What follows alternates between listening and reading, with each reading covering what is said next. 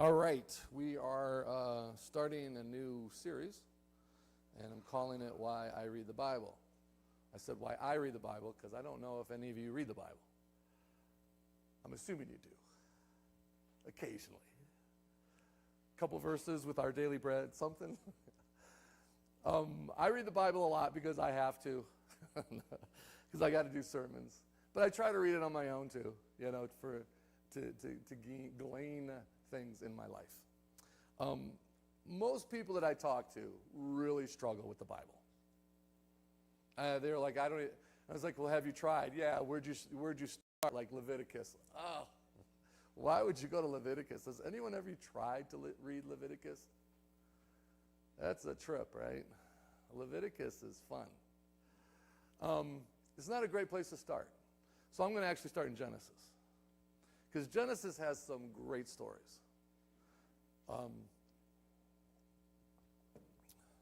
For those who were part of the Perkinsville Church, some of this might be slightly review, but it's all modified for this situation. Just go with it. If you hear something that you sounds familiar, just amen it. All right. So I want to read Genesis 1. And I'm going to read verses 26 through 31 just as a way to establish a baseline here. And this is what it says. Then God said, "Let us make human beings in our image, to be like us. They will reign over the fish in the sea, the birds in the sky, the livestock, all the wild animals on the earth, and the small animals that scurry along the ground." So God created human beings in his own image. In the image of God, he created them. Male and female, he created them. Then God blessed them and said, "Be fruitful and multiply. Fill the earth and govern it. Reign over the fish in the sea and the birds in the sky and all the animals that scurry along the ground." Then God said, "Look, I have given you every seed-bearing plant throughout the earth and all the fruit trees for your food. I have given every green plant and food for all the wild animals, the birds of the sky, and the small animals that scurry along the ground. Everything that has life." And that is what happened. Then God looked over all he had made, and he saw it, and that it was very good. And evening passed, and morning came, marking the sixth day. All right. Beautiful story. I was going to ask, could you imagine living in a world where every morning you woke up to the smell of freshly brewed coffee? Maybe Earl Green tea if you're not a coffee drinker, or whatever tea you like. That a spouse or a partner or someone has fixed you. You wake up and it smells wonderful. You walk in and there's a beautiful breakfast waiting for you. Going to work a little bit grumpy maybe. I don't know how you could be grumpy after all that, but you go in and you're feeling a little bit tired, and your coworkers, at least one of them welcomes you with a smile, says, "You are awesome. So good to see you. Love when you work with me." After a long day of being around people who truly love you and are showering you with affirmation, you come home and your spouse greets you with a hug, sits down and gives you a shoulder rub. I know Judy doesn't like it, but some people like foot rubs, so they rub your feet. Makes you dinner, then dessert, keto friendly, and then washes the dishes. Gives you the remote as you sit down and says, "Watch anything, and I'll watch it with you, whatever you want. That'll be great." After that, they fix you a warm cup of milk or a hot toddy as you drift off into your sleep, only to wake up the next morning with that wonderful smell. Imagine that. Now imagine if that person doing all of that was you. Every morning, every day, being the one who gets up to make the coffee and the breakfast. Gets up, gives you has to give whoever is there in their grumpy state the back rub and the foot rub. And maybe you're tired and you don't really feel like it, and they're just like, excuse me, back rub, because they've come to assume and not appreciate it anymore. You know what I'm saying, right? The reason why I'm bringing this up is because this is kind of the relationship we have with God. God does so much for us. And what? Someone tell me, what does God require from us?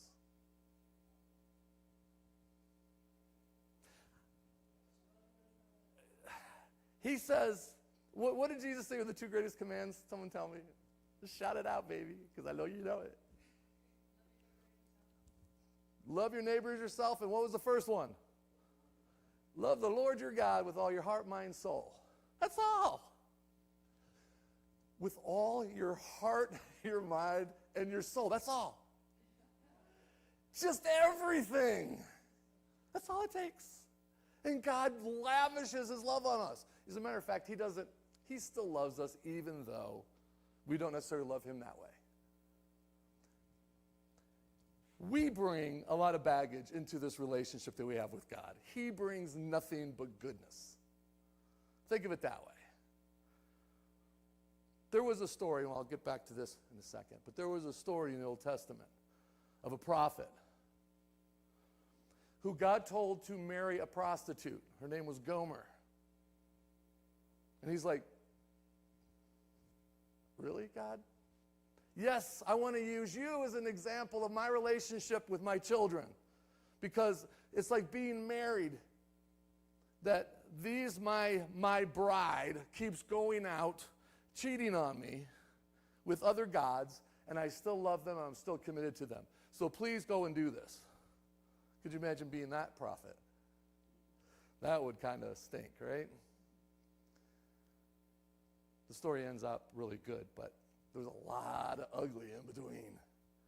So we read the Bible, and we read in Genesis, and the one thing I need to establish first and foremost is that too many people get way too hung up on the hows of the Bible.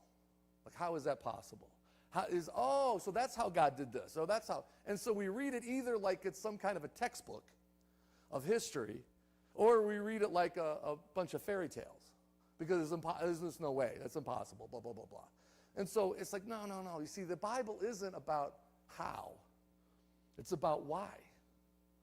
Why is what's written in here in here? Why did the author include this? And then what? What does God want us to know about himself and about ourselves? If you read the Bible, not saying, oh, this is ridiculous, or like, what is it talking about? It's like, no. Just think, why is this story in here?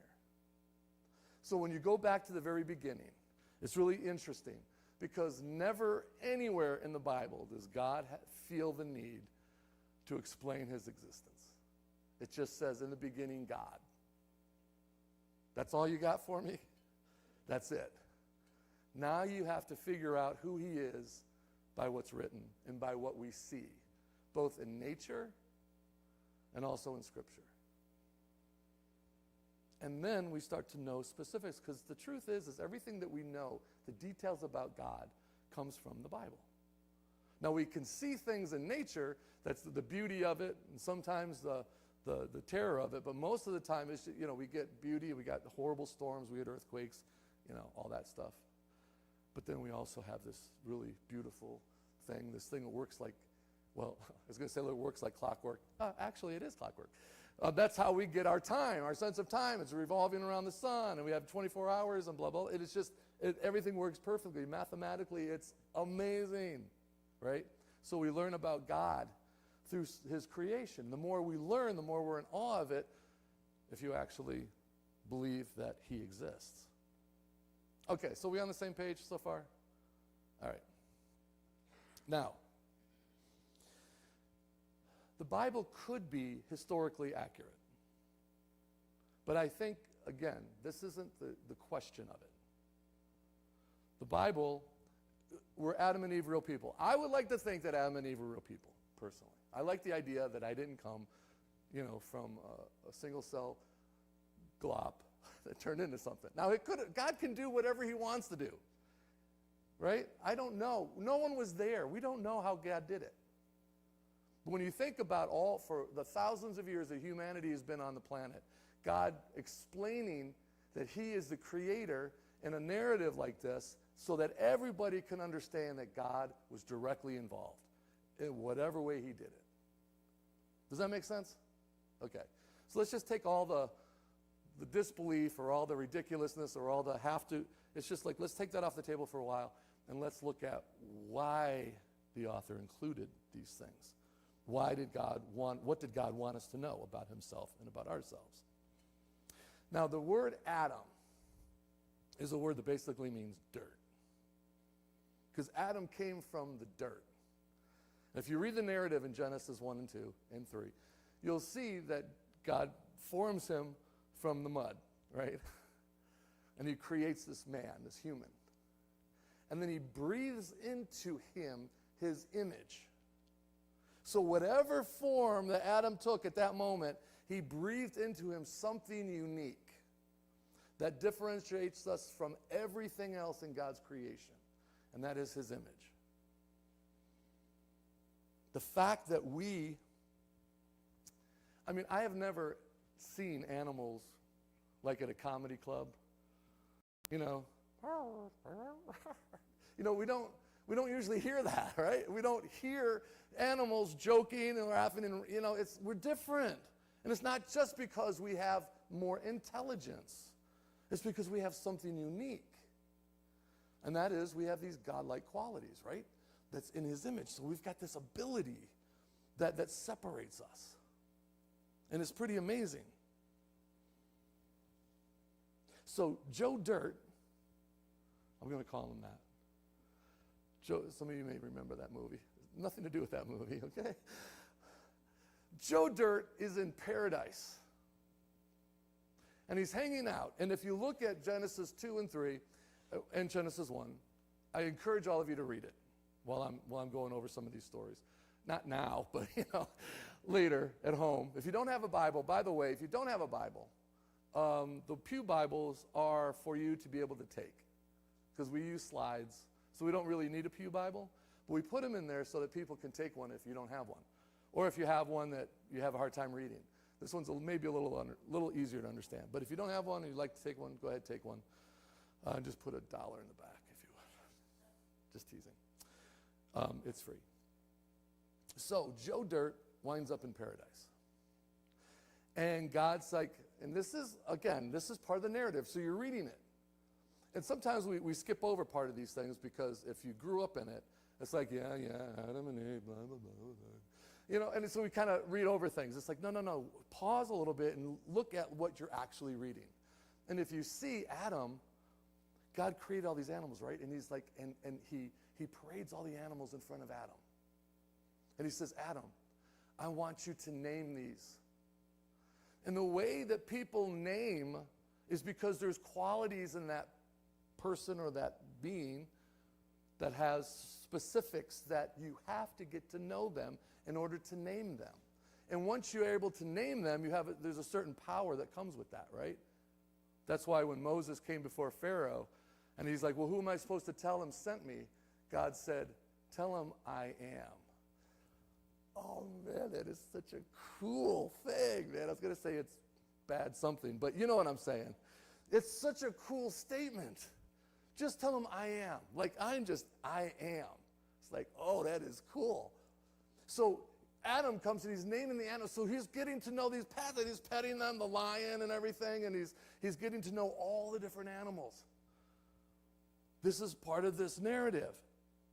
And at the end of that, after he names it, he said, there's not a suitable partner for Adam. There's not all this creation, all these beautiful animals that are fun and loyal and all that kind of stuff, but none of them were created in God's image like him. There was something that wasn't complete without another human being. So there's a separation. There's Adam first, and then God created Eve. Why did he do that later? Why? Because he wants us to understand something about ourselves. And that is, not only do we need God, we need each other. I like pets, but pets cannot substitute humans. No. Not completely. Don't get me wrong, pets are a lot easier. You've raised children, some of you, right? Pets, oh man, easy. Kids, whew. But you see, we need more. That's how God created us. And so he created Eve, and when he created Eve, the narrative goes that he put Adam in a sleep and he cut out a rib. It's like, what is that about? Why would the narrative and the author say that God cut him open and took a rib out? Because as a kid, I'm pretty sure one of my teachers told me in Sunday school that men have one less rib. And I'm like, is that really what the narrative's about? Saying how God did that? No, it's why. Why did God take a rib? And you sit there and you chew on it for a minute. I have no idea. Well, what does a rib do? What does a rib cage do? It protects. Ooh, well, there's something. It's not taken from his head, not taken from his feet, not that he could symbolically to rule over her or for her to rule over him, but something taken from his side by side. You see an equality, something that is, there's differences in men and women, but those differences only enhance, right? It's not meant to be superior or inferior. It's meant to be equal. Just a little different. And so we look at this and we're like, oh, okay, well, I don't know for sure if that's why, but I question that. I think that sounds like a pretty good reason. And so I keep reading on. And then Adam and Eve have this amazing relationship. I mean, they're butt naked, not a stitch of clothes on them, and they're just like, doop-be-doop. You know how it is with kids. Little kids, they have no idea they're naked until they know they're naked. And then they run around laughing naked, running away from you outside. Ah, freedom. So get in here. Right? Once they finally get that little bit of like, oh, this is naughty. But before then, it's just, they have no idea. They're innocent, completely innocent. Completely reliant on a parent. It's like you haven't experienced that kind of love until you experience that kind of love. And you look at that kid, man, I remember Megan when she was first born. I was just like, I don't even know this kid, but I love her unconditionally. I would take a bullet for this kid.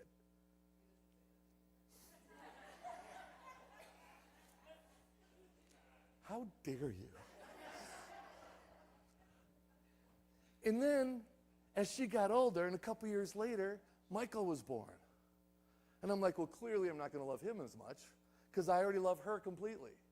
And when he was born, guess what? I loved them equally. It's like, how is it possible that I could love two just as much? And then I had twins. Holy, they are in trouble. Because there's no way I'm going to be able to love two of them more. That's too much. And they came out, and I'm like, oh my gosh, how is this possible that I love them as much as I love him and as much as I love her? This is amazing. This is crazy, God. How is that? And God's like, because you are created in my image. I love all people equally. Oh, snap. You see, that's why. This is part of what Scripture is helping us understand. This is why he's doing it. This is why it's included, so that we understand God a little bit better. This kind of love. It's like, man, it's insane. It's like, if you've been married, kids are easier to love than the spouse. Right? You see, because the kids, they could be dumb, But they came from you, right? And you just love them unconditionally. But that person that I married that was a certain way at one time and now isn't, had a full head of hair, and now it's gone. I did not bargain for that.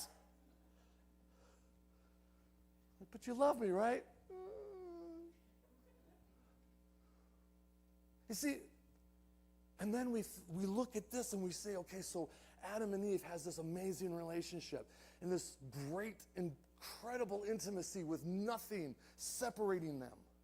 Absolutely nothing. They were completely authentic, completely vulnerable, completely trusting in each other, and completely vulnerable, completely open, and trusting God.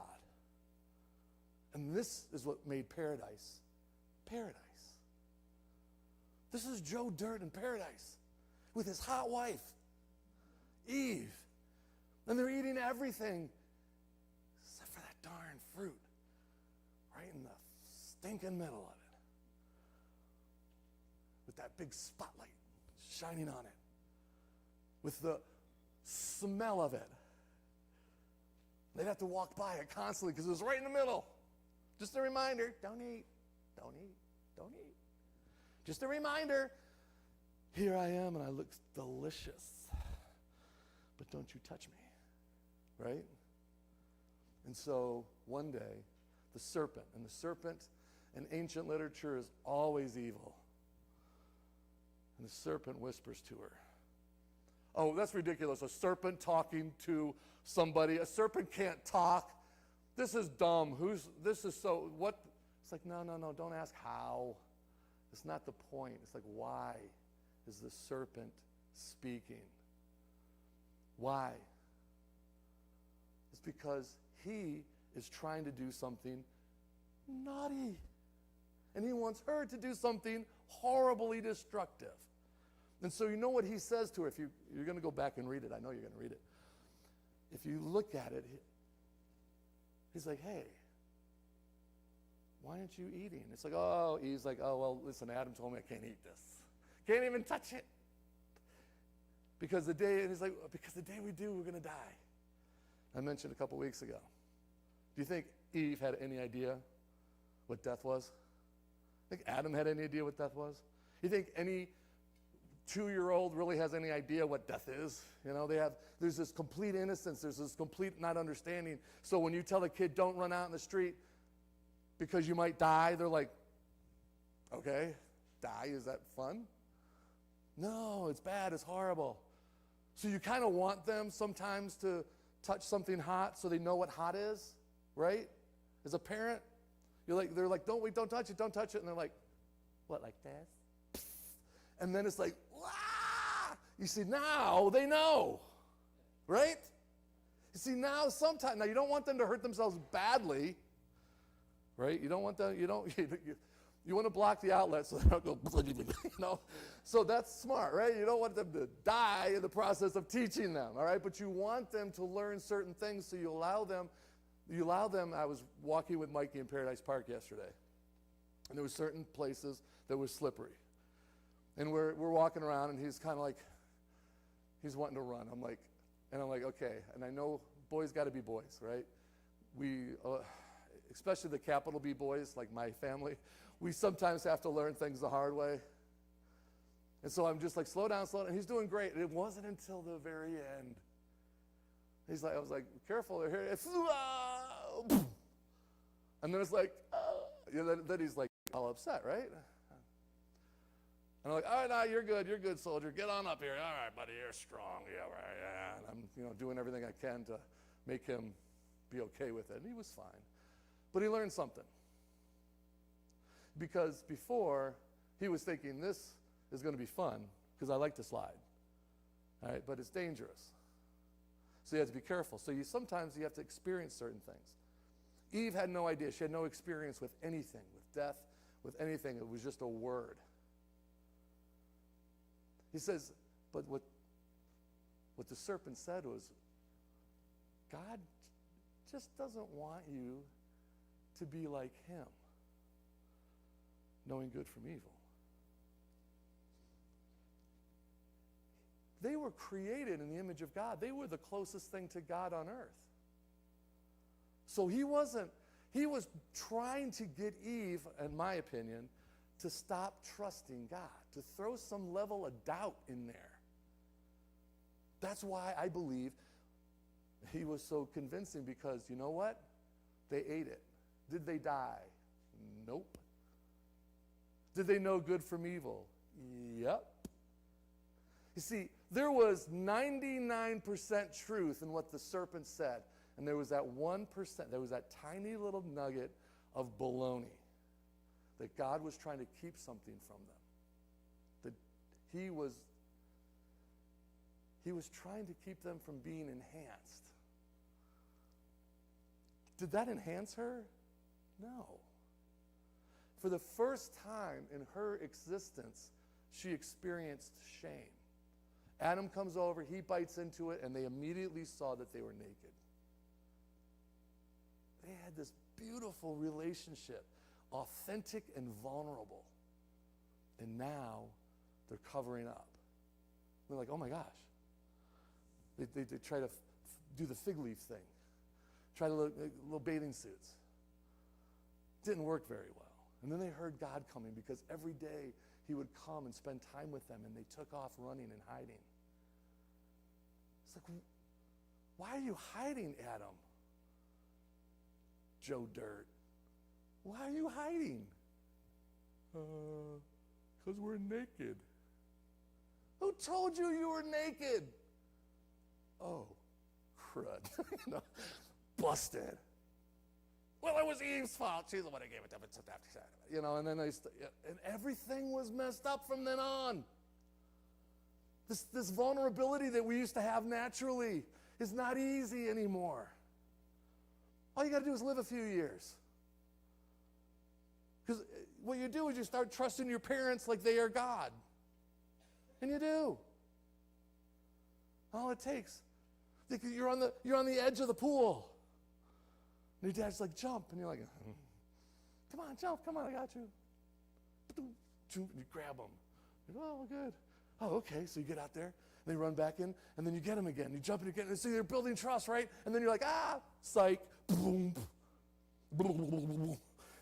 They come back up. I'm just teaching you how to swim. It's like, You get back out. It's like, okay, do it again. It's like, are you insane? I'm not doing that again. I almost drowned. Dad, way to go, Pop. You see, because I broke the trust. That was the dumbest thing I could have done. I didn't do that, by the way, but I could have done it. And I didn't. I wanted to build trust in my children, because I know that that's not, when they're infants, that's really easy. When I was in the city and I had all these girls, these young teenage girls, like, I just can't wait to have a baby. Someone to love me.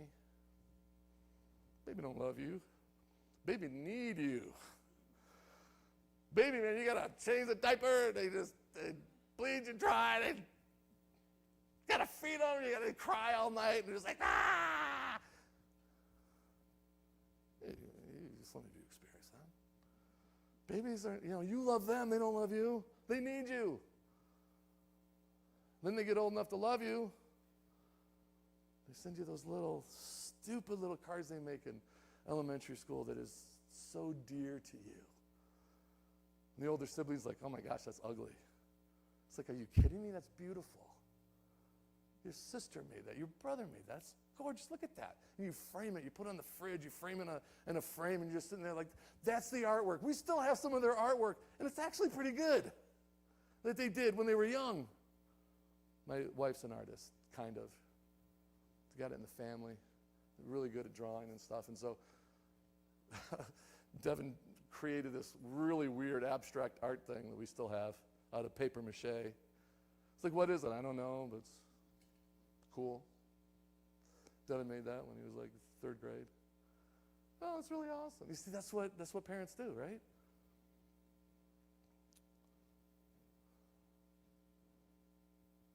These relationships that require trust.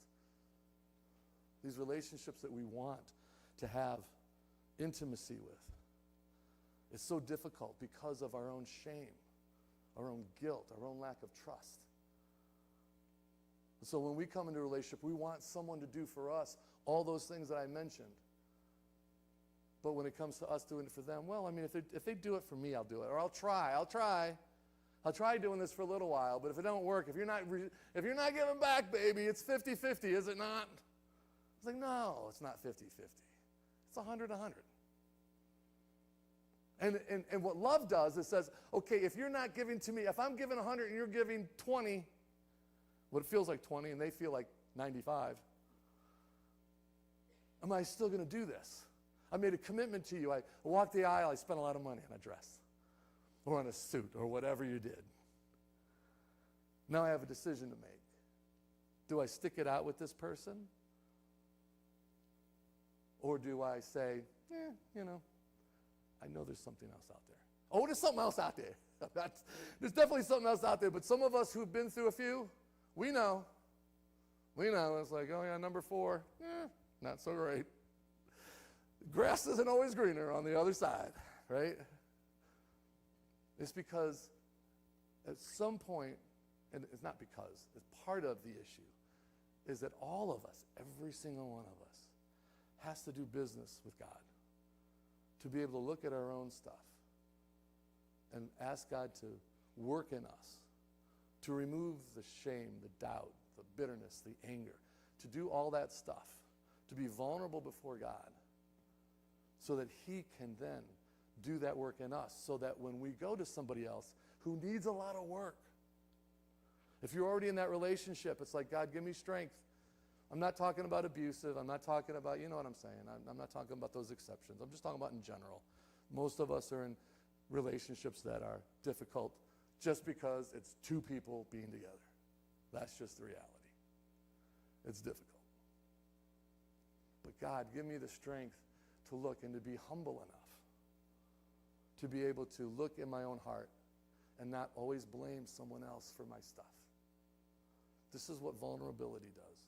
When we take off all those things that are on us, that block us from God and from other people. So that in God we can trust, okay? Other people will fail us. Other people will hurt us. God's not going to do that. We start with him. We love him with everything. And then he helps us. I'm running out of time. We'll talk more about this next week. All right, let's pray.